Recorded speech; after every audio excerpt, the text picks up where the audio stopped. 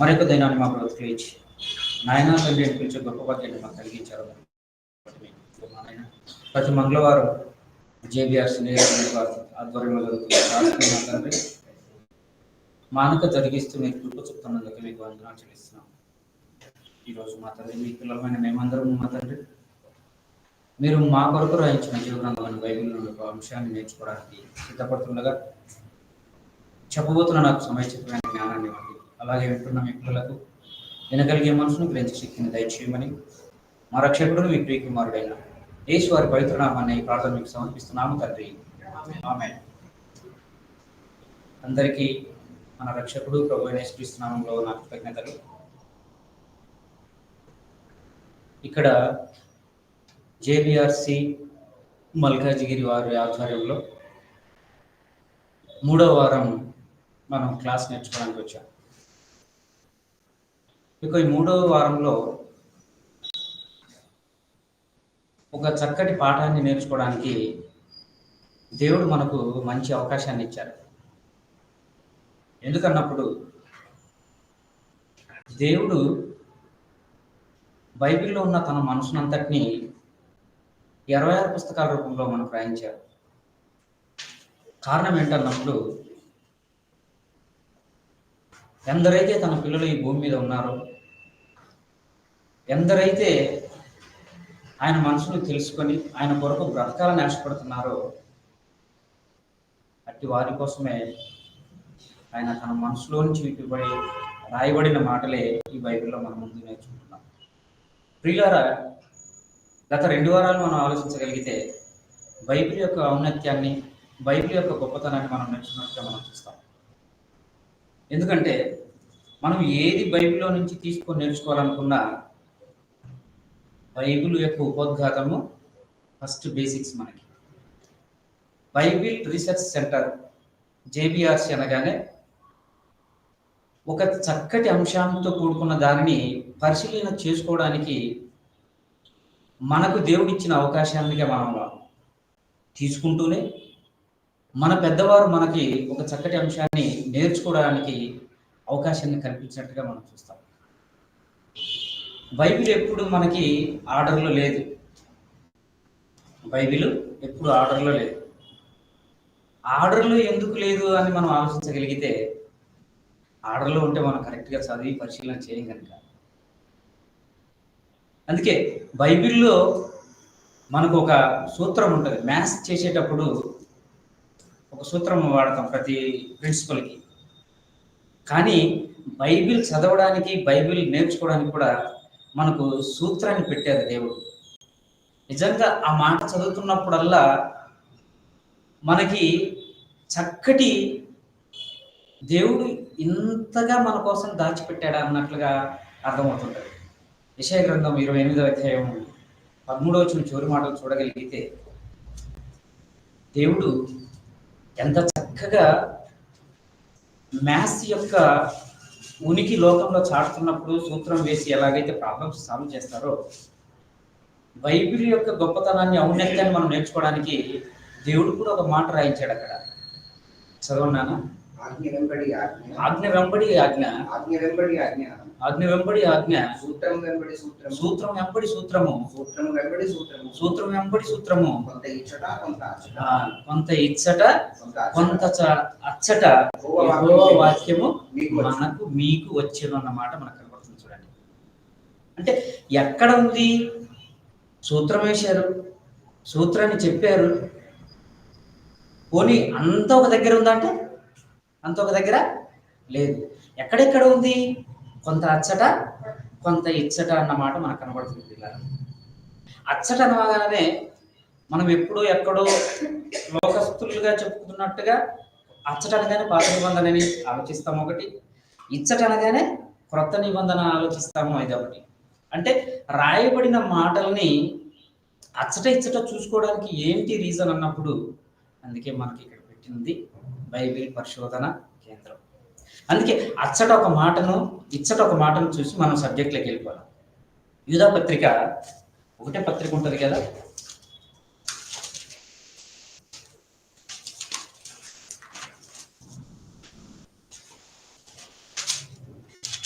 అది 13, 14 వచ్చినప్పుడు మనం కయ్యను వంటి వారు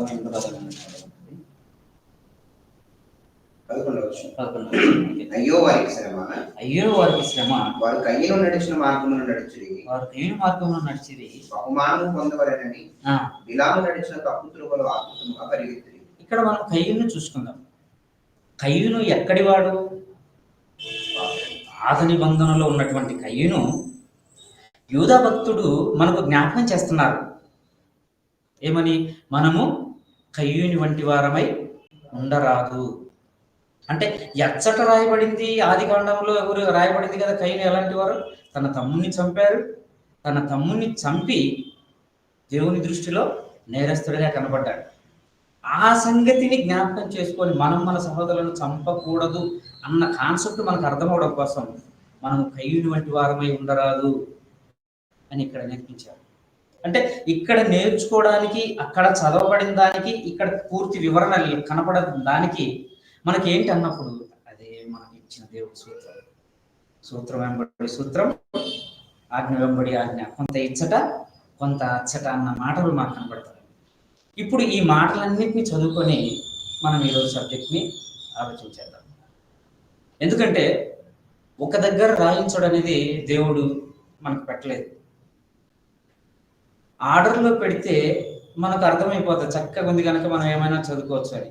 అందుకే యెహోవా జ్ఞానము పరిశీలించి చదువుకోమన్నాడని మనకి యెషయా 34:16 ఎందుకు రాయించాడంటే మనం చదవలేము కదా, ఆర్డర్లో ఉంటే మనకి జ్ఞానం ఎక్కువైపోతుంది. ఎక్కడెక్కడ ఏముందో తెలియజేయడం కోసం దేవుడు ఆర్డర్లో పెట్టలేదు. అందుకే ఆది కాండం నుంచి ప్రకటన గ్రంథం వరకు జరగబడిన సంగతులు, జరిగిపోయిన సంగతులు పాత నిబంధన కాలం గ్రంథంలో కూడా ఇంకా జరగవలసిన సంగతులు కూడా రాయబడ్డాయి. ఇంకా కొన్ని నెరవేర్పు కాలేదు, అవి కొన్ని ఉన్నాయి కొన్ని గ్రంథాలలో. అందుకే దేవుడు ఈ సూత్రాన్ని మనం వేసుకుంటూ బైబిల్ చదవగలిగితే మన మైండ్లోకి క్లియర్గా ఏదైనా వచ్చేస్తుంది. అందుకే ఈరోజు మనకు రాయబడిన పాఠం ఏంటి? ఆశీర్వాదం నాడు నేడు. ఆశీర్వాదం నాడు నేడు. నాడు అనగానే ఒకరోజు జరిగిపోయిన సంగతిలా కనబడుతుంది. ఒకరోజు ముందు జరిగిపోయిన రోజుని నాడు అంటారు. నేడు అంటే ఈ రోజుటికి, ఈ రోజు కూడా. అంటే నాడు నేడు ఈ రెండిటికి ముందుగా ఏం చూస్తున్నాం మనం? ఆశీర్వాదం చూస్తున్నాం. ఆశీర్వాదం అనే మాటకు అర్థం ఏంటో తెలుసా? బైబిల్ ప్రకారంగా ఒక 4-5 మీనింగ్స్ మన కళ్ళ ముందు కనబడతాయి. ఆశీర్వాదం అనగానే దీవెన, మేలు, శుభసూచకం, ఇంకా మీకు తెలిసి ఏదైనా ఒక మాట ఉంటే చెప్పచ్చు. ఇవి అన్ని, ఈ ఆశీర్వాదం అనేది దేవుడు ఇజ్రాయేల్ కాలము ఒకటి, ఆదాము నుంచి నోవహు కాలం వరకు ఒకటి, అది ఫస్ట్ కాలం అనుకుంటే, దాని తర్వాత ఇజ్రాయేల్ కాలం వరకు, ఇజ్రాయేల్ కాలం 2 అనుకుంటే, 2 తర్వాత అక్కడి నుంచి మళ్ళీ రాజుల వరకు ఇంకొక కాలం అనుకుంటే, రాజుల తర్వాత మళ్ళీ ప్రవక్తలు అనుకుంటే, ప్రవక్తల నుంచి క్రీస్తు వరకు అనుకుంటే, మళ్ళీ క్రీస్తు తర్వాత అపోస్తులు అనుకుంటే, అపోస్తుల తర్వాత క్రైస్తవులుగా మనకు ఒకప్పుడు వాళ్ళకి ఎట్లా ఉన్నాయి ఆశీర్వాదాలు, ఇప్పుడు మనకి ఎలా ఉంటున్నాయి ఆశీర్వాదాలు? నాడు నేడు. ఎందుకంటే చుట్టంగా విడగొట్టేస్తాను, ఎందుకంటే ఎగ్జామ్ రాసే వాళ్ళు టైం కూడా లేదు కాబట్టి మనకి. ఉపోద్ఘాతం, ఫస్ట్ ఎగ్జామ్ రాసే వాళ్ళందరికీ ఇంట్రడక్షన్. ఆశీర్వాదం అంటే ఏంటి, అది ఎలా ఉంటుంది, ఎలాగ ఇస్తారు దేవుడు, ఎలాంటి వారికి ఇస్తాడు, ఎలాంటి వారు వీటిని పొందుకోగలరు, ఎలాంటి వారిని వీటిని పొందుకోలేరు అన్నది మనం చూసుకోవాలి. ఆశీర్వాదం ఎప్పుడు మనకు చాలా మందికి ఎలా ఉంటుందంటే, అమెరికాలో మన చదువుతున్న పిల్లలకి మనకి సీట్ వచ్చింది అనుకోండి, అమెరికాలో పిల్లలకి ఎవరికైనా సీట్ వస్తే దేవుడు మాకు ఆశీర్వాదం ఇచ్చారు, అందుకే మా బాబుకి ఎక్కడ గాడ్ బ్లెస్డ్ కంట్రీ అమెరికాలో మా అబ్బాయికి సీట్ వచ్చింది. అంటే ఒక అబ్బాయి చదువుకొని ఒక సీటు సంపాదించిన దానికి ఆశీర్వాదం పెట్టుకుంటే, ఇప్పుడు దేవుని నమ్ముకున్నామని చెప్పుకుంటున్నాం మనము. అంటే దేవుణ్ణి నమ్ముకోకుండా ఉన్న వాళ్ళు అమెరికాలో చదువుతలేరా? దేవుని నమ్ముకోకుండా చదువుకుంటున్న వాళ్ళు ఆస్ట్రేలియాలో ఉన్నారు, అమెరికాలో ఉన్నారు, అన్ని దేశాలలో ఉన్నారు. మరి మనకు మాత్రమే ఆశీర్వాదం ఇచ్చాడని మనం ఎలా చెప్పగలం? అంటే మనము దేవుని పట్ల చూపించే ఒక కృతజ్ఞత అనేది తెలియకుండా మనిషికి దాన్ని లోకస్తుల్లో ఉండేవారిలాగా ఆశీర్వాదం అని అనుకుంటున్నారు. ఈ ఆశీర్వాదం లాగానే కాకుండా మన వాళ్ళు ఏం చేశారంటే, క్రైస్తవులుగా పిలువబడుతున్న వాళ్ళు పేర్లు పెట్టుకోవడం కూడా నేర్చుకున్నారు కదా. బ్లెస్సీ అని పేరు పెట్టేస్తారు, ఆశీర్వాదం అని పేరు పెట్టేస్తారు. ఆశీర్వాదం అని పేరు పెట్టేస్తే ఈ ఆశీర్వాదము మనకు కలిగిందే, ఈ ఆశీర్వాదాన్ని లోకంలో ఎలా కనుక్కుంటుందని ఆలోచిస్తే మన క్రైస్తవులుగా కాకుండా క్రైస్తవులుగా ఉన్న మనం కూడా ఐశ్వర్యము అన్న పదం మనకు బైబిల్లో కనబడుతుంది. యెహోవా ఇచ్చు ఆశీర్వాదము ఐశ్వర్యము అన్నారు. బైబిల్లో నుంచి తీసుకోవడం ప్రారంభించారు మన వాళ్ళు. సామెతల గ్రంథం 11వ అధ్యాయం 22వ వచనంలో మనం చూడగలిగితే, సామెతల గ్రంథం 11వ అధ్యాయం 22వ వచనంలో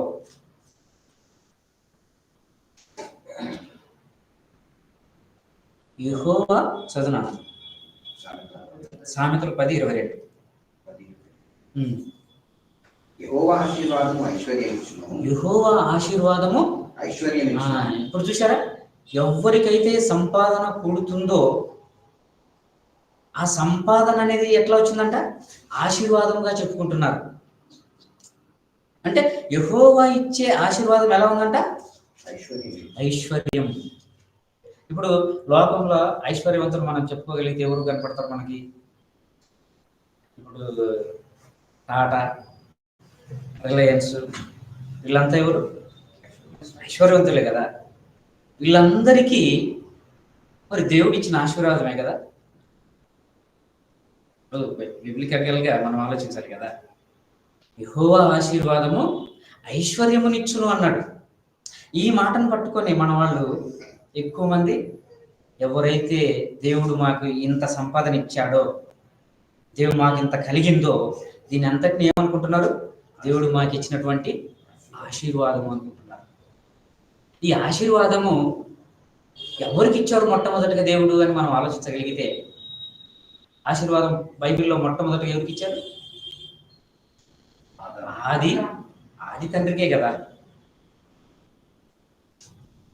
మీరు ఫలించి అభివృద్ధి పొంది భూమిని నిండించండి అని మాట చూస్తాం. ఆదికాండం 1వ అధ్యాయం 28వ వచనంలో దేవుడు వారిని ఆశీర్వదించాడు. ఇక్కడ మనం ఇంకొక మాట చూస్తాం. దేవుడు వీరిని ఎలా ఆశీర్వదించాడు? దేవుడు వీరిని ఎట్లనగా, మీరు ఫలించి అభివృద్ధి పొంది విస్తరించి భూమిని నిండించమని చెప్పారు. ఇది వారికి ఇచ్చిన ఆశీర్వాదం. ఆదాము అవ్వలకి ఇచ్చిన ఆశీర్వాదం ఎలా మనకు కనపడింది కదా. ఇదే సందర్భం ఇంకొకరిలో కనబడుతుంది. నోహు గారి గురించి ఆలోచించగలిగితే ఆదికాండం 9వ అధ్యాయం 1వ వచనంలో కూడా మనకు కనబడుతుంది. మరియు దేవుడు నోవాహును అతని కుమారులను ఆశీర్వదించి మీరు ఫలించి అభివృద్ధి పొంది భూమిని నింపుడి. ఇప్పుడు వీళ్ళకి ఇచ్చిన ఆశీర్వాదంలో ఏం కనబడుతుంది? జనాలందరినీ భూమితో నిండించాలి అన్నది వారికి ఇచ్చిన ఆశీర్వాదం. ఇప్పుడు ఆదాము గురించి చెప్పబడిన మాట 19 మనకి ఏం కనబడుతుంది? ఒకరి నుండి ప్రతి జాతి మనిషిని పుట్టించి అన్న మాట కనబడుతుంది. చూసారా? అంటే ఒకరి నుంచి ఒక ప్రతి జాతి భూమికి రావాలంటే ఎవరు కారణం? ఆదాము ద్వారా ప్రపంచాలన్నీ నిండిపోవాలి. అందుకే వారిని ఆశీర్వదించేటప్పుడు ఏమన్నాడు? మీరు ఫలించి అభివృద్ధి పొంది భూమిని నిండించండి అని నోవాహు కాలం వరకు చెప్పాడు. అంటే వారి కాలానికి భూమి నిండి అభివృద్ధి చెందిందని మనం ఆలోచించగలిగితే లేదు. పాపం చేశారు. పాపం చేసేసి మొత్తం సర్వనాశనం చేసేసాడు. నీటి జలప్రలయంతో చంపేశాడు కదా అందరినీ నోవాహు కాలానికి. నోవాహు కాలం అయిపోయిన తర్వాత అప్పుడు జరిగింది మరలా. అప్పుడు వచ్చారు అబ్రహాం గారు వచ్చారు. అబ్రహాం గారిని ఎలా ఆశీర్వదించాడు దేవుడు? అబ్రహాం గారిని దేవుడు ఎలా ఆశీర్వదించాడు? ఈయనను బైబిల్లో మనం చూడగలిగితే పెద్ద విగ్రహారాధికుడు. ఎవరు? అబ్రహాము, వారి నాన్నగారి తెరహు, వీళ్ళంతా విగ్రహారాధికుడు. విగ్రహారాధన చేస్తున్నటువంటి వీళ్ళకి దేవుడు ఇస్తున్నటువంటి ఆశీర్వాదము మనం చెప్పుకున్నాం, దీవెన, వాగ్దానం కూడా ఈ మాటల్లో చేర్చబడుతుంది. అబ్రహాం గారి గురించిన కొన్ని మనకు తెలుసు చరిత్ర అంతా. ఏంటి? ఆయన విగ్రహాలు అమ్ముకునేవాడు, విగ్రహారాధికుడు. ఈయనకు ఒక సందర్భంలో దేవుడు కనపడి, నేను నీకు ఒక దేశాన్ని ఇవ్వబోతున్నాను, ఆ దేశంలో నువ్వు వెళ్ళాలి, ఆ దేశంలో నీవు నన్ను మహిమపరిచేవాడిగా నువ్వు కనపడాలి అని దేవుడు కోరుకున్నప్పుడు టక్కన మోషే కనపడతారు, ఆదాముకు కనపడతారు దేవుడు. క్షమించండి, అబ్రహాం గారికి కనపడి వెంటనే ఏం మాట్లాడతారు? నువ్వు లేచి నీ దేశము నుండి బయలుదేరి నేను నీకు చూపించు దేశమును గొప్ప జనముగా చేసి నిన్ను ఆశీర్వదించి నీ నామమును గొప్ప చేయుదును. చూసారా? ఇక్కడ కూడా అబ్రహాం గారికి ఏం కనపడుతుంది?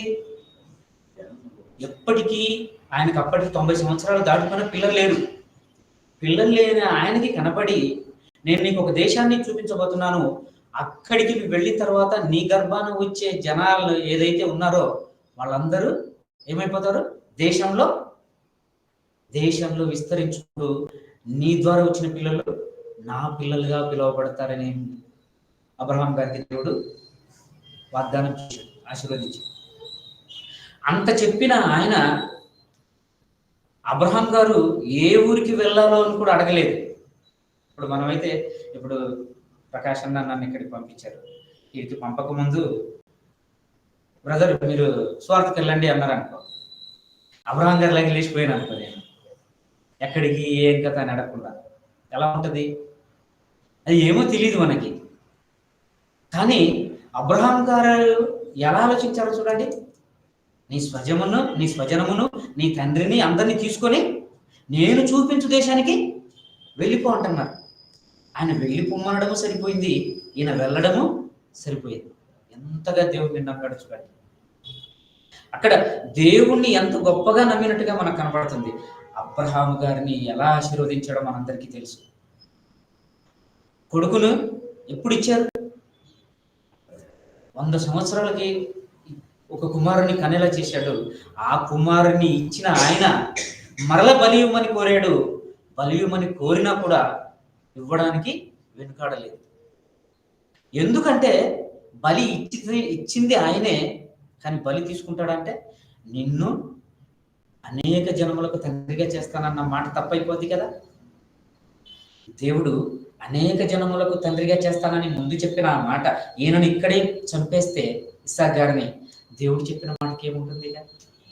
ఆయన ఇచ్చిన ఆశీర్వాదం ఎలా ఉంటుంది? అవ్వదు కదా. కానీ అబ్రహాం గారికి ఇచ్చినటువంటి ఏదైతే ఆశీర్వాదం ఉందో దేశాలుగా విభాగింపబడి ఆయన యొక్క ఖ్యాతి మొత్తం దేశాలుగా పారిపోయింది. అప్పుడు ఇజ్రాయిలీలు ఎంటర్ అయ్యారు ఆ దేశాలలో. ఇప్పుడు ఇజ్రాయిలీలను ఎన్ని సంవత్సరాలు బానిసత్వంలో ఉన్నారు?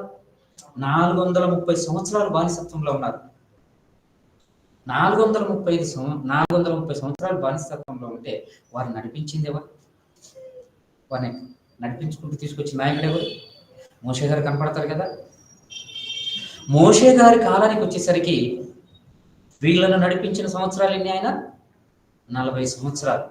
వారిని ఎలా ఆశీర్వదించాడు మన అందరికీ తెలుసు. చరిత్రలో ఎలా ఆశీర్వదించాడు, ఎన్ని అద్భుతాలు వారికి జరిగినటువంటి, వారికి చేసిన అద్భుతాలు, దేవుడు వారికి ఇచ్చినటువంటి ఆహార విషయంలో కానివ్వండి, ఎన్నో అద్భుతాలు కానివ్వండి, వారికి జరిగినట్టుగా ఆ కాలంలో ఎవ్వరికీ జరగలేదు. సముద్రాన్ని 2 పాయలుగా చేశారు, చూశారు. ఎర్ర సముద్రాన్ని కూడా వాళ్ళకి ఆహారం కావాలంటే ఆకాశం నుంచి పూరేళ్లను మన్నాను కురిపించారు. ఇన్ని అద్భుతాలు చేసినా కూడా వాళ్ళు చేసిన తప్పేంటి? 40 సంవత్సరాలు అరణ్యంలో నుంచి మోషే గారు ప్రయాణాన్ని వాళ్ళని తీసుకురావడానికి మొదలుపెట్టారు. వారు 40 సంవత్సరాలు అరణ్యం గుండా వస్తుంటే వారి గురించి రాబడిన మాట ఏంటో తెలుసా? వారి చెప్పులు అరగలేదు, వారి డ్రెస్సు మాయలేదన్న మాట కనబడుతుంది. ద్వితీయోపదేశకాండం 29:5 మాట చూడగలిగితే వారి డ్రెస్సు, వారి చెప్పులు ఎంతగా వారిని ఆశీర్వదించాడో చూడండి దేవుడు. 40 సంవత్సరాలు చెప్పులు మనకు 3 నెలల కంటే 3 నెలలకు ఒకటి మార్చేస్తూ ఉంటాం మనం. 40 సంవత్సరాలు అండి, 40 సంవత్సరాలు వాళ్ళ చెప్పులు కూడా అరిగిపోలేదు, వారు వేసుకున్న అంగీలు కూడా మాయలేదంటే దేవుడు వారిని ఎలా కాపాడుకుంటూ వచ్చారు. 29:5 నేను దేవుడైన యెహోవాను మీరు తెలుసుకున్నట్లు 40 సంవత్సరములు నేను మిమ్మల్ని అరణ్యంలో నడిపించింది. మీ బట్టలు మీ ఒంటి మీద పాతగిలిపోలేదు, మీ చెప్పులు మీ కాళ్ళకు పాతగిలలేదు. చూశారా? దేవుడు ఇశ్రాయేలుల పట్ల దేవుడు అబ్రహాం గారికి ఇచ్చినటువంటి వాగ్దానాన్ని జ్ఞాపకం చేసుకుంటూ వారిని కాపాడడం కోసం ఆయన చేస్తున్న కష్టం అంతా ఇంత కదా. దేవుడు 40 సంవత్సరాలు వారిని అరణ్యంలో నుంచి చెప్పులు అరక్కోకుండా డ్రెస్ మాయకుండా తీసుకొచ్చారంటే ఇన్ని చేసుకొచ్చినప్పుడు వాళ్ళకి మళ్ళీ ఏం గుర్తుకొచ్చాయంట?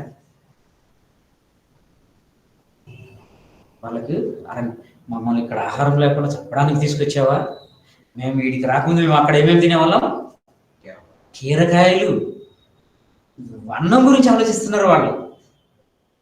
సంఖ్యాకాండం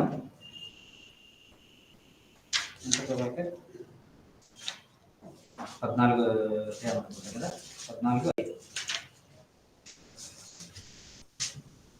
వారికి మోసే అహరోనులు ఇశ్రాయేలీయుల సర్వ సమాజ సంఘం ఎదుట సాగిలపడి అప్పుడు దేశమును సంచరించి చూచిన వారి నుండి నూను కుమారుడు యెహోషువ యెఫున్నె కుమారుడు కాలేబును బట్టలు చింపుకొని వారు తిన్నవి సంఖ్యాకాండమేనా? నంబర్స్ అంటే సంఖ్యాకాండమేనా? 14:11.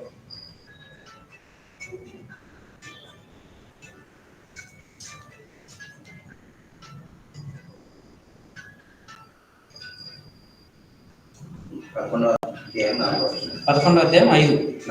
4:5. వారి మధ్య మిశ్రిత జనము మాంసాపేక్ష అధికముగా కనపరచగా ఇశ్రాయేలును మరలా ఎచ్చి మాకెవరు మాంసం పెట్టగలరు?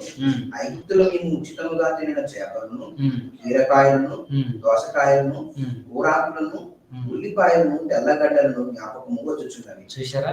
అల్లం పేస్ట్ చేసుకోవడానికి వాడే పదార్థాలను కూడా వాళ్ళు జ్ఞాపకం చేసుకుంటున్నారు. అంటే ఎంత తిండిపోతులో చూడండి. దేవుడు మీకు మంచి సామ్రాజ్యాన్ని, పాలు తేనెలు ప్రవహించే దేశాన్ని ఇవ్వబోతున్నానని చెప్పినప్పుడు అది ఎలా ఉంటుందో కూడా ఆలోచించుకోకుండా తిన్న వాటిని జ్ఞాపకం చేసుకుంటున్నారు. వీళ్ళకి ఏమైనా దేవుడు ఇచ్చిన ఆశీర్వాదం గురించి అర్థమవుతుంది. ఎలాంటి ఆశీర్వాదాలని వీళ్ళకి ఇస్తే దాన్ని ఎలా ఉపయోగించుకోకుండా పాటు చేసుకుంటున్నారు. ఆశీర్వాదం ఇచ్చినప్పుడు దాన్ని ఉపయోగించుకోవాలి. ఆశీర్వాదాన్ని పొందుకున్నప్పుడు దాన్ని అనుభవించేది నేర్చుకోవాలి. ఇవన్నీ తేడాగా వచ్చినాయి మాట మనం చూస్తున్నాం కదా. ఎలా వచ్చాయంట? ఫ్రీగా వచ్చినాయి మాకు ఇవన్నీ ఫ్రీగా వచ్చి తింటే మమ్మల్ని ఇక్కడికి వచ్చి అరణ్యంలో తీసుకొచ్చి చంపడానికి తీసుకొచ్చావు మోషే గారి మీద, అహరోనుల మీద సిరిగేరు. దేవుని ఆశీర్వాదాలు ఇప్పటికీ లోకానికి, ప్రపంచానికి అర్థం అవ్వలేదు. అందుకే దేవుడు వారి గురించి ఎంత గొప్పగా చెప్పినా కూడా ఒక గొప్ప మిశ్రిత జనముగా దేవుడు కావాలని కోరుకుంటే వీళ్ళు మిశ్రిత జనం కాదు కదా, ఆశ్రిత జనముగా మనకు కనపడినట్టుగా కనపడుతుంది. ఆశీర్వాదాన్ని తీసుకున్నప్పటికీ కూడా ఇక ఇజ్రాయేల్ కాలానికి అలాగే వెళ్ళిపోతే 430 సంవత్సరాలు బానిసత్వంలోకి వెళ్ళిపోయిన తర్వాత విడిపించడానికి మోషే గారిని తీసుకొని వచ్చిన దేవుడు తర్వాత మోషే కాలం వరకు, రాజుల కాలం వరకు ఎలా ఉన్నాయి భూప్రపంచంలో అంటే ఈ ఆశీర్వాదాలన్నీ ఎలా కనబడుతున్నాయి? మనకి భౌతికపరమైన ఆశీర్వాదాలుగా కనబడుతున్నాయి. అంతే కదా. ఒక దేశంలో నువ్వు ఉండాలంటే ఒక దేశం భూభాగానికి సంబంధించింది, ఒక పట్టణం భూభాగానికి సంబంధించింది. ఈ దేశాల్లో ఉన్న వారందరినీ కూడా దేవుడు ఎంత గొప్ప జనంగా చేసి, రాజ్యాలుగా ఇచ్చి, దేశాలుగా ఇచ్చి, దేశాల నిండా నా ప్రజలుగా ఉండాలని దేవుడు కోరుకున్నారో అలా ఉండాలని కోరుకున్న దేవుని ప్రజలుగా భూమి మీద లేకుండా పోయారు. అందుకే ప్రవక్తలను పుట్టించాడు. ప్రవక్తలను పుట్టించి వారి ద్వారా హెచ్చరికలు కలిగజేశాడు. అయినా వినలేదు. వినకపోవడం వల్ల భూ ఆశీర్వాదాలన్నింటిలో కూడా ఏ ఒక్కరు దేవునికి నమ్మకమైన వాళ్ళు కనుక్కోకపోవడం వల్ల చివరిగా యేసుక్రీస్తు అనే భూలోకానికి పంపడానికి సిద్ధపడ్డాడు దేవుడు. భూలోకానికి యేసుక్రీస్తు వారిని పంపడానికి ఆయన ఎవరిని కోరుకున్నాడు? దేవుడు భూమి మీద చూశారు, ఎవరు పవిత్రులుగా కనపడ్డారు, ఎవరు పరిశుద్ధులుగా కనపడ్డారని చూసిన దేవుడు మరియమ్మ పవిత్రులుగా కనపడింది. మరియమ్మను చూసిన దేవుడు ఎలాగా ఆమెకు ఆశీర్వాదం ఇవ్వబోతున్నారో మనం బైబిల్లో నుంచి చూడగలిగితే జస్ట్ ఒక 10 నిమిషాలు ముగించేస్తారు. లూకాసు వార్త చెప్పడానికి చాలా ఉంది సబ్జెక్ట్. ఇది 7 పేజీలు ఉంది, కానీ మనం సింపుల్గా ముగించుకోవడానికి ప్లాన్ చేద్దాం. లూకాసు వార్త 1వ అధ్యాయము 28-30 వచ్చిన మనం చూడగలిగితే, ఆ దూత లోపలికి వచ్చి ఆమెను చూసి, దయాప్రాప్తురాలా, నీకు శుభము, ప్రభు నీకు తోడై ఉన్నాడని చెప్పాను. ఆమె ఆ మాటకు తొందరపడి ఈ శుభవచనం ఏమిటో అని ఆలోచించుకొనుచుండగా దూత, మరియా భయపడకు, దేవుని కృప వలన నువ్వు కృప పొందితివి. ఇదిగో నువ్వు గర్భము ధరించి కుమారుని కని ఆయనకి యేసు అని పేరు పెట్టు. 42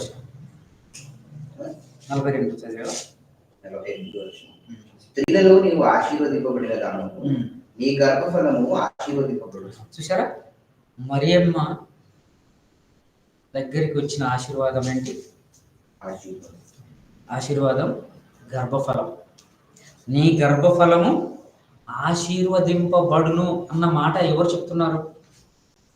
గబ్రియేలు దేవదూత వచ్చింది కదా. గబ్రియేలు దేవదూత వచ్చి మరియమ్మకు ఒక శుభవచనం చెప్తుంది. దయాప్రాప్తురాల నీకు శుభం అనగానే ఇప్పుడు ఈమె పడుతున్నటువంటి ఆశీర్వాదం గురించి మనం ఆలోచిద్దాం. ఇప్పుడు మీకు బ్రీఫ్ చెప్పేస్తున్నా. భూభోగానికి ఇంతవరకు జరిగినటువంటి ఆశీర్వాదాలన్నీ దేనికి సంబంధించినట్టుగా? భౌతిక సంబంధమైనవిగా చూస్తున్నాం. అంటే భౌతిక సంబంధమైన ఆశీర్వాదాలన్నీ నెరవేర్చబడ్డాయి. ఎవరి ద్వారా నెరవేర్చబడ్డాయి? ఎలా ఆశీర్వాదం పొందుతున్నారో? అబ్రహాంకు ఒకటి, నోవాహుకు ఒకటి, మోషే ద్వారా అవి కొన్ని బ్రీఫ్గా చెప్పుకున్నాం. ఇప్పుడు యేసు మరియమ్మ ద్వారా ఆశీర్వాదం ఎలా మనందరికీ కలిగిందో, ఆమె ఎలాంటి ఆశీర్వాదం పొందుకోగలిగిందో మనం చూడగలిగితే, స్త్రీలలో నువ్వు ఆశీర్వదింపబడిన దానవు అన్నారు. స్త్రీలలో ఆమెకు ఆశీర్వాదం పొందారు. ఎందుకో తెలుసా? నీ గర్భఫలం ఆశీర్వదింపబడును అన్నాడు. ఈమె ఆశీర్వదింపబడుతుందా, ఆమె గర్భఫలం ఆశీర్వదింపబడుతుందా? బడును అన్నాడు. భవిష్యత్తు చెప్తున్నారు అక్కడ. అంటే ఆ లూకాసు వార్త రాసినప్పటికీ అది భవిష్యత్తు. ఇప్పుడు మనకు కాదు, మనకు జరిగిపోయింది. అయితే స్త్రీలలో నీవు ఆశీర్వదింపబడును అనగానే ఆమె తొందరపడి శుభవచనం ఏంటో అని తెలుసుకోవడం కోసం ఆతృతపడి, నీకు ఒక కుమారుడు కంటాడమ్మా, అది మానవుల వల్ల జరిగేది కాదు, పరిశుద్ధాత్మ వల్ల జరుగుతుంది, నువ్వేం కంగారు పడుకు అని చెప్పిపోయినప్పుడు మరలా అప్పటికి యేసేపుతో ఆమెకి ఎంగేజ్మెంట్ జరిగింటది కదా. జరిగిన తర్వాతనే జరిగిన సందర్భమే కదా. ఇప్పుడైతే ఈ శుభవచనం పడిందో, ఈమె ప్రెగ్నెంట్ అయ్యడం మొదలు పెట్టిందో, వెంటనే యేసేపు గారికి వచ్చిన ఆలోచన ఏంటి? భార్యను విడనాడాలనుకుంటాడు యేసేపు గారు. భార్యను విడనాడాలనుకున్నప్పుడు మరియ గారికి వచ్చిన ఆ నిందలు చూసి చూడండి ఒకసారి. పెళ్లి కాక ముందే గర్భవతి అయితే లోకం ఏమంటది? ఎన్ని మాటలు అనింటది ఆ రోజే, ఎన్ని మాటలు అనింటది, ఎంతగా బాధపడి ఉంటుందో మనం ఆలోచించగలిగితే ఆ మాటను మనం నీవు ఆశీర్వదింపబడిన దానవు కానీ ఎన్ని అవమానాలు పడి ఉంటుంది ఆలోచించండి. ఇప్పుడు ఈమె దగ్గరికి వచ్చిన ఆశీర్వాదం ఎలా కనపడుతుంది మనకి? అవమానాలా అంటే సుఖశాంతులా? ఈమెకు ఆశీర్వాదం వచ్చింది దేవుడి నుంచి అంటే ఎలాంటి ఆశీర్వాదం వచ్చింది? అవమానం. నువ్వు ఆశీర్వదింపబడిన అన్నావు, ఆమెకు వచ్చిందండి నిందలు. భార్యను భర్త వదిలేయాలనుకున్నాడు. ఇదేంటి నీ ఆశీర్వాదం? పోనీ యేసుక్రీస్తు వారు భూమి మీదకి వచ్చిన తర్వాత ఆయన చేసినటువంటి, ఆయన నీ గర్భఫలము ఆశీర్వదింపబడును అన్నాడు కదా. ఇప్పుడు ఆయన ఆశీర్వదింపబడును అని చెప్పిన ఆయన మాటల కోసం ఇప్పుడు లోకమంతా ఎదురు చూస్తుంది. నిన్ను ఆశీర్వదిస్తాను, నీకేం కావాలి? మన వాళ్ళు ఎక్కువ చర్చిలో మాట్లాడు, నువ్వు దేవుని నమ్ముకో, నీకేమొస్తుంది? ఆశీర్వాదం వస్తుంది. నువ్వు దేవుని నమ్ముకో, కార్లు బంగ్లాలు ఇవన్నీ ఐశ్వర్యం ఇచ్చాను ఫస్ట్ చదువుకున్నాం కదా. నమ్ముకుంటే నీకేమొస్తాయి? కార్లు బంగ్లాలు వస్తాయి. దేవుడు పక్షపాతి కాదు కదా. నమ్మినా నమ్మకపోయినా ఆయన ఏమో బైబిల్లో మనకు ఒక మాట రాయబడి ఉంటుంది, నీతిమంతుల మీదను అనీతిమంతుల మీదను నీతి సూర్యుని ఉదయింపచేసాడు అన్నమాట. కనబడుతుంది మత్తయి సువార్త 5:44 అధ్యాయం. అంటే దేవునికి పక్షపాతం లేదు. దేవునికి పక్షపాతం లేని ఆయనను మనం ఎలా చూపిస్తగలుగుతున్నాం లోకానికి అంటే, ఆయన ఎందుకో పక్షపాతం ఉండి దేవుణ్ణి నమ్ముకున్న వాళ్ళనే ఆయన బాగా చూస్తున్నాడు, నమ్మని వాళ్ళని కూడా బాగా చూడట్లేదని ఒక క్రైస్తవుల్లోగా పిలువబడుతున్న మన మధ్యలో ఒక కాంట్రవర్సీ క్రియేట్ చేశారు ఈ లోకంలో ఉన్న క్రైస్తవులు. అందుకే దేవుడు ఎవరికి పక్షపాతి కాడు, అందరూ ఆయన పిల్లలే. ఆయన పిల్లలైనప్పుడు ఆయన పిల్లల్ని అందరినీ సమానంగా చూస్తాడా, తేడాగా చూస్తాడా? సమానంగా చూస్తారు.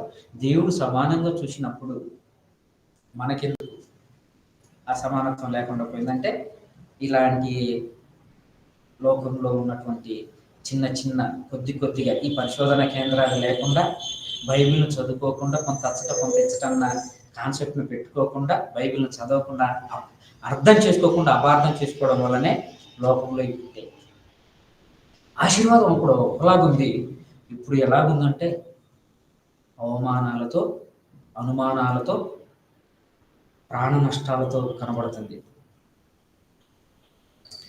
ప్రాణ నష్టాలతో కనబడుతుంది. యేసుక్రీస్తు వారు మనందరి కొరకు ప్రాణం పెట్టారు కదా. ఆయన గురించి సుమేయునితో ఒక మాట చెప్పబడింది లూకా సువార్తలో. మరియమ్మ దగ్గరికి వెళ్ళి 2వ అధ్యాయం ఆ మాట చదవండి. 34-35 వచనంలో సుమేయును వారిని దీవించి, ఇదిగో అనేక ఉదయాలోచనలు బయలుపడడంలో ఇశ్రాయేలులో అనేకులు పడటకును తిరిగి లేచుటకును వివాదాస్పదమైన గుర్తుగా ఈయన నియమింపబడి ఉన్నాడు. ఇదేమిటంట? ఇదిగో అనేక హృదయాలోచనలు బయలుపడినట్లు ఇశ్రాయేలులో అనేకులు పడుటకును తిరిగి లేచుటకును వివాదాస్పదమైన గుర్తుగా ఈయన నియమింపబడి ఉన్నాడు. ఎవరు చెప్తున్నారు? సుమేయుని గారు మరియమ్మకు చెప్తున్నారు. ఈయన ద్వారానే ఒక ఖడ్గము దూసుకుని వెళ్ళిపోతుందమ్మా.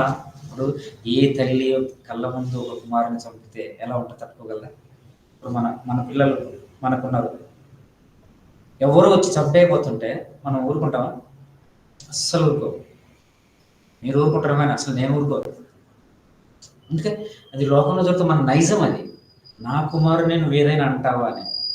నిజంగా ఆ శిలోకేసి ఆ కొట్టి చంపుతున్నప్పుడు కళ్ళారా చూసిన ఆమె ఎంతగా ఏడ్చింటారో చెప్పండి. అది ఆమె పొందుకున్న ఆశీర్వాదం ఎలాగో చూడండి. అంటే ఆమె ఆశీర్వదింపబడిన దానం అని చెప్తూనే కళ్ళ ముందే శిలోకేసి కొడుతున్నారు యేసుక్రీస్తు వారిని. ఆయన ఏమంటున్నారు? తల్లి కుమారునికి అప్పు చెప్తున్నాడు ఏమని దాన్ని చూసి, అమ్మా ఇదిగో నీ కుమారుడు. అంటే ఆమె పొందుతున్నటువంటి ఆశీర్వాదం చూడండి ఎలా ఉంది. ఈరోజు క్రైస్తవానికి ఏమర్థం అయిపోయిందంటే, అన్ని మేలు జరిగేటి, మనకు లాభాలు వచ్చే వాటిని ఆశీర్వాదాలు అనుకుంటున్నాం. మనకు నష్టాలుగా జరిగే వాటిని ఆశీర్వాదాలుగా చూడట్లేదు. దేవుడు మేలు చేస్తేనే దేవుడు అనుకుంటున్నాం. యోబు గారి చరిత్రలో మనకు తెలుసు కదా, భార్యాభర్తల మధ్య ఇద్దరి మధ్య గొడవ జరుగుతుంది. ఇద్దరి మధ్యలో గొడవ జరుగుతుంది. అన్ని పోయినాయి, ఆ దేవుడు ఇచ్చిందంతా పోయింది, నేను బాగా ఆశీర్వదించాడు, అంతా ఉన్నదంతా పోయింది. ఇంకేం దేవుడు అయ్యా నువ్వు? దేవుని తిట్టి చచ్చిపోంటుంది. ఇంకా దేవుని తిట్టేసాయి, దేవుని తిట్టు నువ్వు చచ్చిపోంటుంది. కానీ యోబు గారు మంచి మాట అన్నాడు. చదువుతావు ప్రభాకర్ తీసుకుంటే? యోబు గ్రంథం దేవుని 2వ అధ్యాయము 10వ వచనం.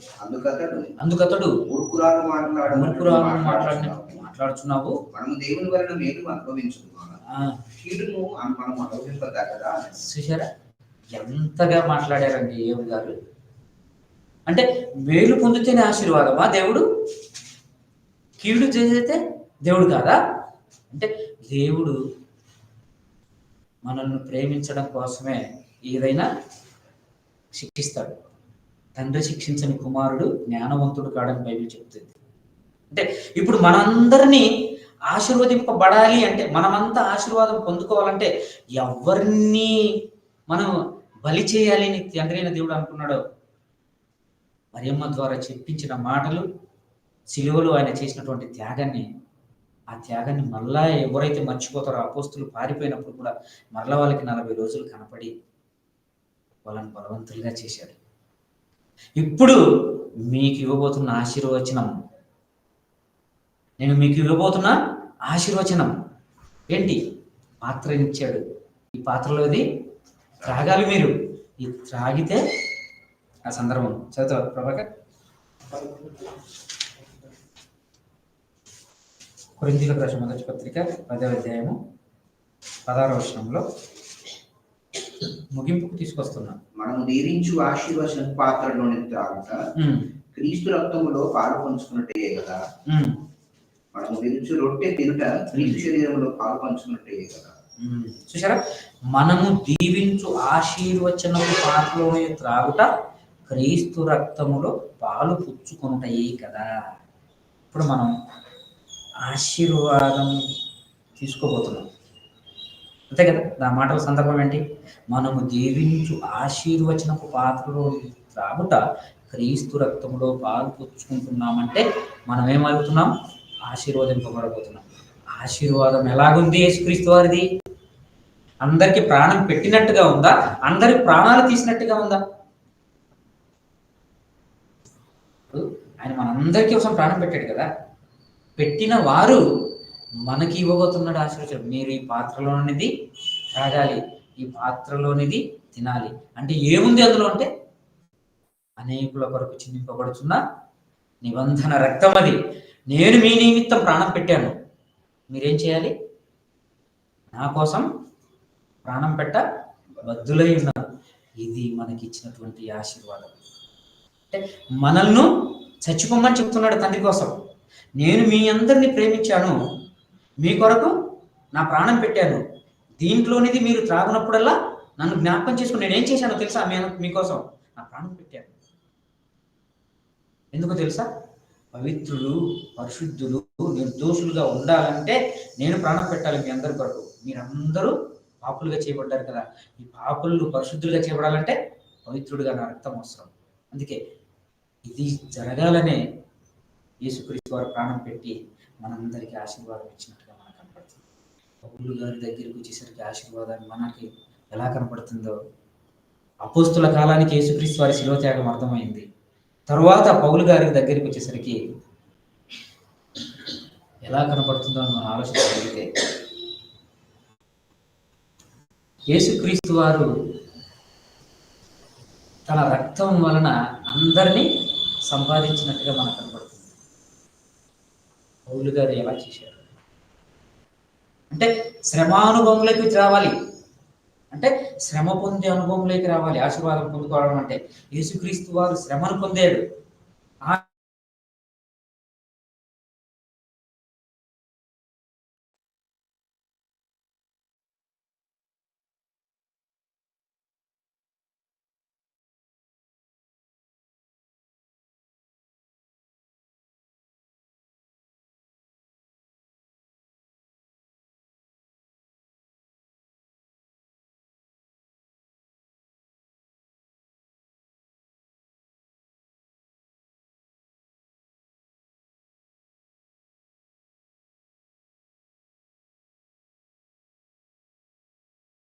ఇస్తే తండ్రి వద్దకు ఎవరైతే చేరగలుగుతారో అలాంటి ఆశీర్వాదాలు పౌలు గారి ద్వారా మనకు కనపడుతుంది.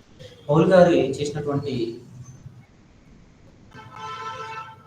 చేసినటువంటి త్యాగం మనం చూస్తే, ఒకటి తక్కువ 40 కోట్ల డబ్బులు ఎన్నిసార్లు తిన్నాడు? 5 మార్లు. 5 మార్లు. అంటే ఇప్పుడు యేసుక్రీస్తు యొక్క శ్రమానుభవంలోకి వచ్చి సువార్త పని విషయంలో దేవుని సువార్త రాజ్య ప్రకటన విస్తరణలో ఎన్నిసార్లు ఆయన దెబ్బలు తిన్నాడో మనకు కనబడుతుంది. శ్రమానుభవంలోకి వచ్చేస్తున్నారు పౌలు గారు. ఎంతమందిని కన్నాడు వాక్యం ద్వారా? అంటే మరియా యేసుక్రీస్తు వారిని కన్నది, అది ఆమెకు వచ్చినటువంటి ఆశీర్వాదం. ఇప్పుడు పౌలు గారికి అంటున్నారు, పౌలు గారు ఎలాంటి ఆశీర్వాదం పొందుకుంటున్నారో. యేసుక్రీస్తు వారిని కని మరియమ్మ లోకానికి కళ్యాణం జరిగిస్తే, లోక కళ్యాణాన్ని జరిగించిన యేసుక్రీస్తు వారి బాటలో మనమందరం నడవడానికి పౌలు గారు చేశారు. తిమోతి గారిని ఏమన్నారు? నా కుమారుడా, క్రీస్తు యేసునందున్న కృప చేత బలవంతుడు కమ్ము అని చెప్పారు. ఇప్పుడు మరియమ్మ ఆ విశ్వాసము ద్వారా యేసుక్రీస్తు వారిని ఆశీర్వాదం పొంది ఆయనను కనగలిగింది. ఇప్పుడు పౌలు గారు ఏం చేస్తున్నారో చూడండి. కొరింథీయులకు రాసినటువంటి మొదటి పత్రిక 4వ అధ్యాయము 16వ వచనం. పౌలు గారు ఎలా కంటున్నారో చూడండి. క్రీస్తునందు నీకు ఉపదేశములు 10,000 మంది ఉన్నారు, తల్లిదండ్రులు అనేకులు లేరు.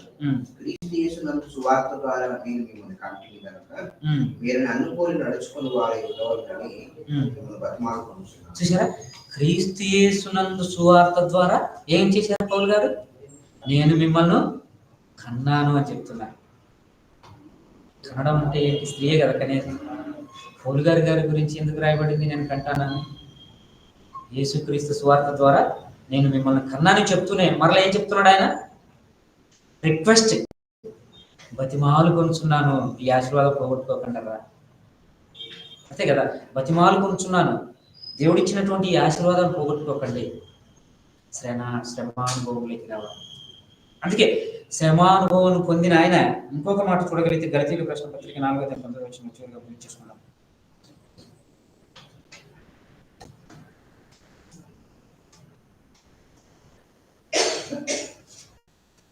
గలతీయులకు రాసిన పత్రిక పౌలు గారు 4వ అధ్యాయం 19వ వచనంలో, నా పిల్లలారా క్రీస్తు స్వరూపము మీ యందు ఏర్పడు వరకు మీ విషయమై మరలా నాకు ప్రసవ వేదన పడుతుంది. ఈ విషయమై మరలా నాకేం జరుగుతుంది? ప్రసవ వేదన. దేవుడు ఎవరు కావాలంటే నిజాయితీ, పరిశుద్ధుడు, నిష్కల్మషం దేవునికి అలా పిల్లలు కావాలని పౌలు గారు ఏం చేస్తున్నారంట? ప్రసవ వేదన పడుతున్నారని రాయబడింది. అంటే ఎంత మందిని వాక్యంలోకి నడిపించారో చూడండి. ఆయన పౌలు గారు పొందుకున్న ఆశీర్వాదాలలో ఎంతమంది కనపడుతున్నారో చూడండి. ఒక తిమోతి, ఒక ఫిలేమోను, ఒక ఎంతో మంది ఆయన అంటే తిరిగిన వాళ్ళందరినీ ఎలా కన్నాడంట? సువార్త వాక్య విషయంలో నేను వారిని కన్నాను అన్నాడు. కన్న వారికి ఎలాంటి ఆశీర్వాదం అంటే మనకు వచ్చేసరికి ఎలాంటి ఆశీర్వాదాలు? ఆత్మ సంబంధమైన ఆశీర్వాదంగా కనబడుతుంది.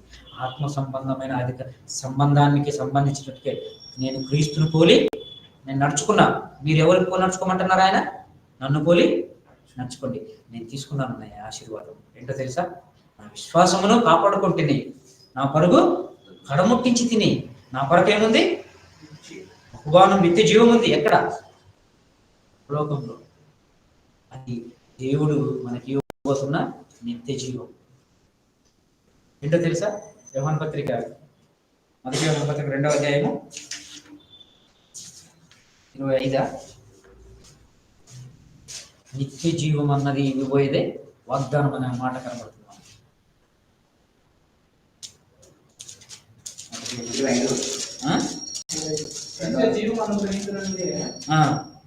ఆయన తానే మహిమ చేసిన వాగ్దానము. ఏంటి వాగ్దానం? చేసిన వాగ్దానం అదే ఏంటి? దానికంటే ముందు నిత్య జీవము అనుగ్రహించుట అన్నదే మనకిచ్చిన వాగ్దానము, ఆశీర్వాదము. ఇప్పుడు భూమిని మనం స్వతంత్రించుకోవాలా? దేవుడు మనకి ఇవ్వబోయే నిత్య జీవాన్ని స్వతంత్రించుకోవాలా? ఆలోచించండి. ఇప్పుడు అబ్రహాం కాలం వరకు, మోషే కాలం వరకు జరిగిన కాలాలన్నీ చూస్తే భూభాగాన్ని స్వతంత్రించుకున్నట్లుగానే కనపడుతున్నారు. వాళ్ళు భూమి మీద భక్తులుగానే కనపడ్డారు. అందుకే అబ్రహాం మొదలుకొని ఇస్సాకు వరకు పితరుల కాలం అని చూస్తే పితరులంతా భూభాగాల్ని నిండించి దేవుని యొక్క ఖ్యాతిని చాటి వారు పితరుల ప్రదేశకి వెళ్ళిపోయారు. ఇప్పుడు మనకు డైరెక్ట్ గా ఏమి ఇవ్వబోతున్నాడు? నిత్య జీవం ఇవ్వబోతున్నాడు. అదే మనకు ఇవ్వబడినటువంటి వాగ్దానం, ఆ ఆశీర్వాదం. ఈ ఆశీర్వాదాన్ని ఒకప్పుడు ఎలా ఉంది, నాడు ఎలా ఉంది, నేడు ఎలా ఉంది. అంతేగా మనం ఈరోజు పాఠం, ఆశీర్వాదం నాడు ఎలా ఉంది, నేడు ఎలా ఉంది. ఈ నేడు మనం తీసుకున్న ఈ నిత్య జీవాన్ని వచ్చినటువంటి ఈ వాగ్దానం ఎప్పటికీ వాళ్ళకేమో ఇవ్వబడిన ఇశ్రాయేలు కాలానికి అప్పటి వరకే వాగ్దానాలు అవన్నీ, దశమ భాగాలు అవన్నీ ఎంతవరకు అంటే ఆ ఇజ్రాయేల్ కాలం వరకే వీరివి అని రాయబడుతుంది రోమపత్రిక 9:4. ఇవన్నీ వారివి అని చెప్తారు. మనవేంటి అంటే నిత్య జీవం పొందాలన్నదే మనకి ఇవ్వబడింది. అందుకే 66 పుస్తకాల్లో దేవుడు మన కొరకు రాయించిన ఈ జీవ గ్రంథం అన్న బైబిల్లో నుంచి ఎన్నో సంగతులు మనకు రాయించాడు. అందుకే వెలికి తీయడం కోసమే ఈ రీసెర్చ్ సెంటర్స్ ఇక్కడ స్థాపించబడింది. అందుకే మొన్న 2 వారాల్లో చూస్తే బైబిల్ యొక్క గొప్పతనాన్ని, ఔన్నత్యాన్ని మనం విన్నాం ప్రకాష్ గారి ద్వారా. ఈ రోజు ఆశీర్వాదం ఎలా ఉంది, నాడెలా ఉంది, నేడు ఎలా ఉంది అన్న సంగతి మనం నేర్చుకున్నాం. కొద్దిగా చెప్పాను నేను, ఇంకా చాలా చెప్పడానికి సమయం మించిపోయింది. అయినా నాకు నా వంతుగా ఇచ్చిన సమయానికి ప్రజెంట్ చేయడానికి నా వంతుగా నేను చేశాను. మీకేమైనా అర్థం కాకపోతే తప్పులున్నా దయచేసి నన్ను అపార్థం చేసుకోండి, క్షమించండి. ఎగ్జామ్ రాయగలిగిన వారు ఉపోద్ఘాతంకి 2 వచనాలు, సందర్భానికి 2 వచనాలు, ముగింపుకు 2 వచనాలు తీసుకొని వివరంలో రాయగలిగితే 7 సబ్జెక్టులు ఎన్ని రెఫరెన్స్లు మనం కోట్ చేసేదానికంటే ఇచ్చిన కీ రెఫరెన్స్లు తీసుకొని ప్రజెంటేషన్ కరెక్ట్గా చేయగలిగితే ఆశీర్వాదం అంటే ఏంటో తెలియజేయాలి, ఆశీర్వాదం ఎలా వస్తుందో తెలియజేయాలి, ముందు కాలంలో అబ్రహాం కాలం వరకు ఆశీర్వాదం ఎలా ఉందో తెలియజేయాలి, క్రీస్తు కాలంలో ఎలా ఉందో తెలియజేయాలి, క్రీస్తు తెలియపరచబడిన ఆశీర్వాదం ఎలా ఉందో చేయాలి, పౌలు గారి ద్వారా లోకానికి జరిగినటువంటిది లోకానికి తెలియజేయబడినటువంటి ఆశీర్వాదం ఎలా ఉందో చూడాలి. ఎలాంటి ఆశీర్వాదం మనం తీసుకుంటే నిత్య జీవానికి పోతామో అనే వాగ్దానం, ఆశీర్వాదం మనకి ఈ ముగింపులో ఎలా ఉందో మనం చూసుకోవాలి. అందుకే ముగింపులో ఇదో క్రీస్తు కొరకు నమ్మకంగా బ్రతికి అనేక శ్రమలు అనుభవించి మనం ఎక్కడికి వెళ్ళాలి? తండ్రి రాజ్యానికి వెళ్ళాలి. యేసుక్రీస్తు వారు అదే చేశారు కదా. ఏం చేశారు? అనేకులకు ప్రతిగా విమోచన క్రయధనంగా నా ప్రాణం పెట్టాడు. అనేకులకు ప్రతిగా అంటే చచ్చిపోయేది, ఎంతో మంది చచ్చిపోతారు, నాశనం అయిపోతారు. వాళ్ళు చచ్చిపోవడం ఇష్టం లేదు, వారికి ప్రతిగా నా ప్రాణం పెడుతున్నాను అంటే వారికి బదులుగా నేను మరణిస్తున్నాను. ఇది ఇంతటితో ఆగిపోవాలి. ఇప్పటి నుంచి కొత్త యుగం స్టార్ట్ అవ్వాలని కొత్త ఆశీర్వాదాన్ని, కొత్త ఆశీర్వచనాన్ని, కొత్త వాగ్దానాన్ని మనకి ఇచ్చిపోయారు యేసుక్రీస్తు వారు. ఆ వాగ్దానంలో ఉన్న మనం ఎన్ని ఆటంకాలో తెలుసా? సువార్తలకి రావాలంటగానే ప్రభాకర్ చెప్పంగా 7:30 కంటే నేను 7:20కి వచ్చేసాను. అట్లా ఆఫీస్కి వెళ్ళి వచ్చేసాను, ఇక్కడికి వచ్చేసాను, అన్నయ్యకి ఫోన్ చేశాను, అన్నయ్య బాగుండాలి, ఎంత కంగారు అయిపోయింది. కానీ సడన్ గా అన్ని కళలు, అన్ని కుదుపాలు జరిగిపోయాయి. తమకు అది పడిపోయింది. మనకు చూడండి ఎన్ని మనం తీసుకుంటున్న ఆశీర్వాదాలు మీకు అర్థమవుతుందా?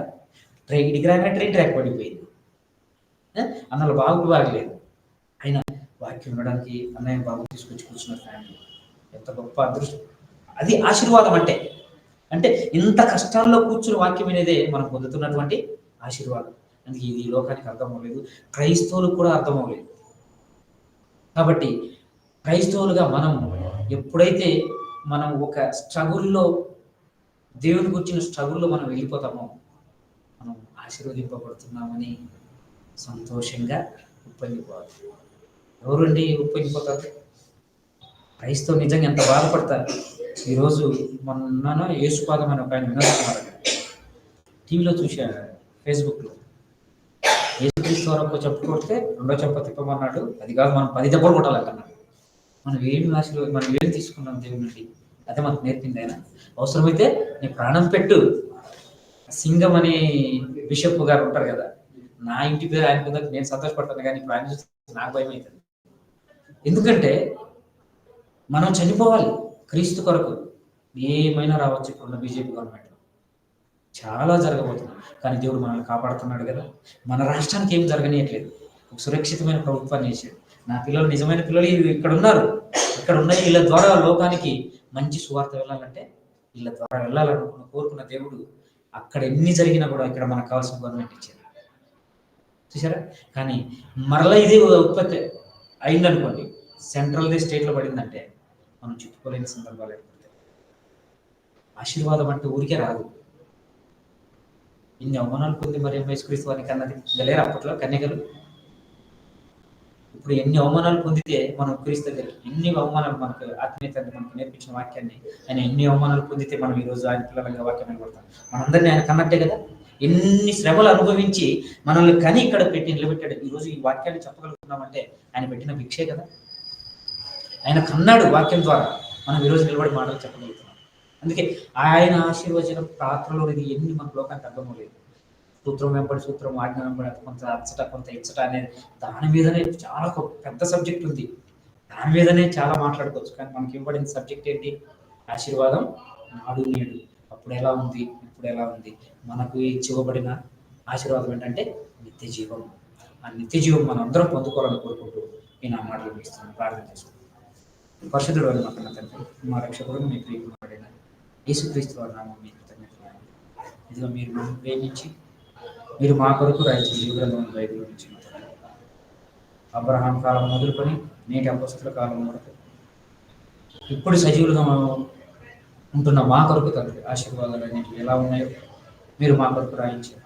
రాయబడినటువంటి ఆ మాటలను మా తండ్రి విని నేర్చుకొని వదిలిపెట్టేవారు కాక వాటన్నిటిని పాటిస్తూ నేర్చుకొని మా తండ్రి పఠించడం కాదు కానీ పాటించేవారిగా మేము అందరం ఉండాలని విషయంలో జ్ఞాపకం చేసుకుంటున్నాం. మనని మీ పిల్లలు మేము కొద్ది మందిగా వచ్చినప్పటికీ మీ విలువైన మాటలు తండ్రి తెలియకు నేను నేర్చుకున్నది కొద్దిగా మాత్రం మీ పిల్లలు చెప్పారు. ఇంకా సంపూర్ణమైన జ్ఞానాన్ని నాకు ఇచ్చి మీ పిల్లలకు ఎన్నో విలువైన సంగతులు తెలియజేసి గొప్ప భాగ్యాన్ని ఇవ్వమని మీ సంగతి జ్ఞాపకం చేస్తున్నాను. అలాగే ఇక్కడ క్లాస్ నిర్వహించడం మా తండ్రి ఈ కుటుంబ యజమానురాలు మా తండ్రి ఆయన ఇష్టంగానే మా తండ్రి మీ పిల్లలు వాక్యం వినిపించుకోవడానికి స్థలం ఇచ్చారు. ఆ రోజు మనిషి కుమారుడు తలవాల్చుకుంటే స్థలం లేని పరిస్థితుల్లో మనని ఈరోజు మీ వాక్యము మీరు మీ కుమారుడు వాక్యంగా ఈ భూమి మీదకి వచ్చినప్పుడు ఆ వాక్యానికి వీళ్ళు చేస్తున్నటువంటి త్యాగం అర్థమైంది కనుకనే మా తండ్రి ఆ రోజు మనిషి కుమారుడిని చేర్చుకోలేకపోయినా ఈరోజు వాక్యాన్ని చేర్చుకుంటున్నారు. మా తండ్రి కుటుంబాలకు కావాల్సిన పరిసంబంధాన్ని ప్రతి దీవెంటి ఇవ్వండి. మా తండ్రి ఈ గృహంలో వినబడుతున్న మాటలు మా తండ్రి లోకం అంతగా తండ్రి ఎక్కడైతే మీ పిల్లలు నమ్మకంగా ఉన్నారో వింటున్న మీ పిల్లలందరికీ మా తండ్రి కావాల్సిన పరిసంబంధాన్ని ప్రతి దీవెంలో అనుగ్రహించండి. మా తండ్రి ఇక్కడ ఈ కార్యక్రమాన్ని జరిగించడానికి కారకులు మీ కుమారులు మా సహోదరులు రత్నలింగాలను బట్టి మీ పిల్లల్ని జ్ఞాపకం చేసుకుని వారి కుటుంబాలను కాపాడండి. వారికి ఇచ్చిన గర్భఫలాలను జీవించండి. కుమారుడు అన్నారికి ఎంతో బాధపడుతుండగా మంచి ఆరోగ్యాన్ని ఆశించండి. మా తండ్రి కూడా వచ్చిన మా తండ్రి మన జగదీష్ తమ్ముడు ప్రభా తమ్ముడు అలాగే ప్రవీణ్ మా తండ్రి మా మధ్యకి తీసుకొచ్చారు. మీకు వందనాలు చెల్లిస్తున్నాను. అలాగే ఇంకొక సహోదరుని మా మధ్యలో నిలబెట్టి మీ మాటలు వినగలిగి గొప్ప భాగ్యాన్ని మాకు కలిగించినందుకు వందనాలు చెల్లిస్తున్నాను.